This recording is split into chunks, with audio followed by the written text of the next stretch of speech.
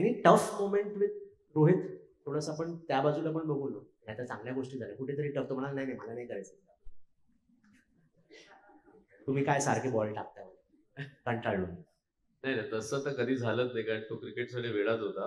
म्हणजे वर्गात बसायचाच नाही. मला सारखा फोन करायचा, चला प्रॅक्टिस. मॅडम म्हणजे प्रिन्सिपल मॅडमला मला सांगावं लागत नाही त्याला प्रॅक्टिस करून द्यायचं, आणि तो फीचर दिसते आपला असं करून. पण असं होतं की रोहितच्या बाबतीत मी एक सांगेन की ज्यावेळेस 2007 ला डेब्यू झाला, ते 2009 पर्यंत त्याचं क्रिकेट खूप छान चाललेलं. म्हणजे तो 6-7 नंबरला बॅटिंगला यायचा, पण त्यांनी 100 त्याच्या खेळी केल्या नव्हत्या, पण छान चाललेलं. कारण त्यावेळेस मी त्यांच्या पॅरेंटना मी माझ्या बिल्डिंगमध्ये आणलं होतं डोंबिवलीवरनं. ते इकडे मुंबईतच त्याला घेऊन आलेलो. तो राहायचा मुळे, आणि इंडिया खेळून आल्यानंतरही तो माझ्याबरोबर प्रॅक्टिस करत होता. नेहमी मला बोलायचा, सर किधर कुठे आहे तुम्ही, या प्रॅक्टिस करूया म्हणून. पण 2009 ला ज्यावेळेस तो बँड्राला राहिला, मी त्याला सांगत होतो जाऊ नको बँड्राला. मला ते पटत नव्हतं, कारण बँड्रा एरिया तुम्हाला माहिती आहे थोडा हायफाय एरिया आहे. डायव्हर्शन होण्याचे चान्सेस खूप होते. त्याच्यामुळे मी ह्या गोष्टी फार महत्वाच्या आहेत ऍथलेटिक्ससाठी, ऍथलेटसाठी. आणि साऊथ मुंबईला गेले तर फोकस पूर्ण फोकस पूर्ण हटतो.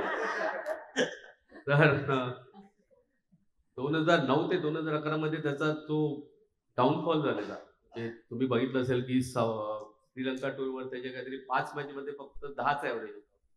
बऱ्याच ठिकाणी त्याचा परफॉर्मन्स झाला नाही. फक्त त्यांनी 2च 100 केलेले, तेही झिम्बाब्वे अगेन्स्ट केलेले.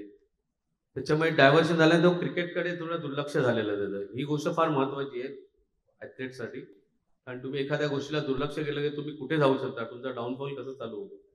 दुर्लक्ष केल्यामुळे त्याचं वर्ल्ड कपमध्ये त्याचं सिलेक्शन झालं नाही 2011 ला. कारण त्यावेळेस तो माझ्याकडे आला, मला म्हणाला, सर क्या चालू आहे, मेरे को लिया नाही. आणि मी म्हटलं तुला घेतलं नाही त्याचं कारण तू स्वतःच आहे. पण तू एवढं बघ की तू वेळ किती दिलेला आहेस. तर ऍक्च्युअली ते मी काउन्सिलिंग केलं, पण आपल्याकडे बरेच काउन्सिलर आहेत. डॉक्टर मुग्धा बावरे आहेत. तर मी माझ्या मुलांना बहुतेक मी त्यावेळेस तुमच्याकडे मी रोहितला मीच केलेलं. पण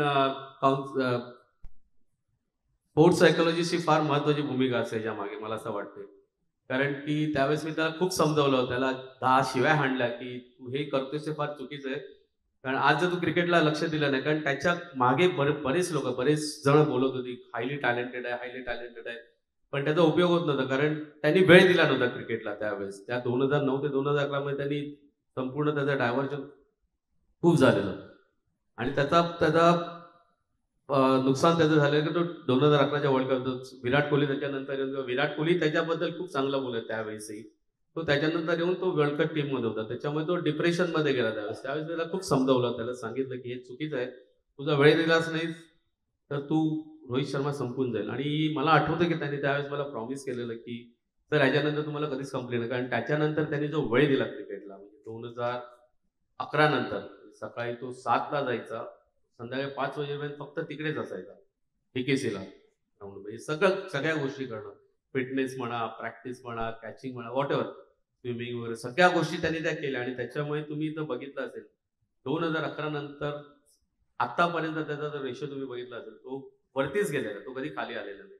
त्याच्यामुळे ऍथलीटनी हे लक्षात ठेवलं पाहिजे की आपण जर वेळ नाही दिला कुठल्या गोष्टीला, आपल्याला कुठलीही गोष्ट अचीव्ह करायची, त्याला वेळ नाही दिला तर नुकसान आपलं होते, असं मी म्हणतो.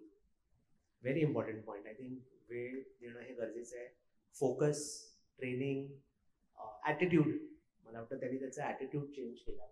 अँड महत्वाचं म्हणजे की ही बिलीव्ड इन इट.